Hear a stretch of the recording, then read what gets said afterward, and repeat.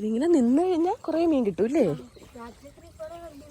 ആ ഇന്നലെ അത് പറയുന്നത് കേട്ടോ, രാത്രിയൊക്കെ നിൽക്കുവാണെങ്കിൽ എടുക്കാൻ പറ്റില്ലല്ലേ. ആ കേട്ടോ,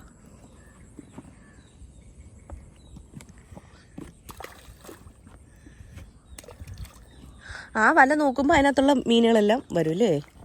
ഈ വല പൊക്കുമ്പോൾ അതിനകത്തെല്ലാം മേളി വന്നു. ഒരുപാട് മീനുണ്ടായിരിക്കും അല്ലേ?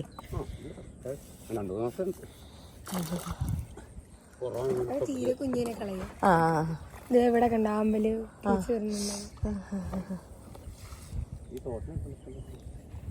തോട്ട ആമ്പല് ഇഷ്ടംപോലെ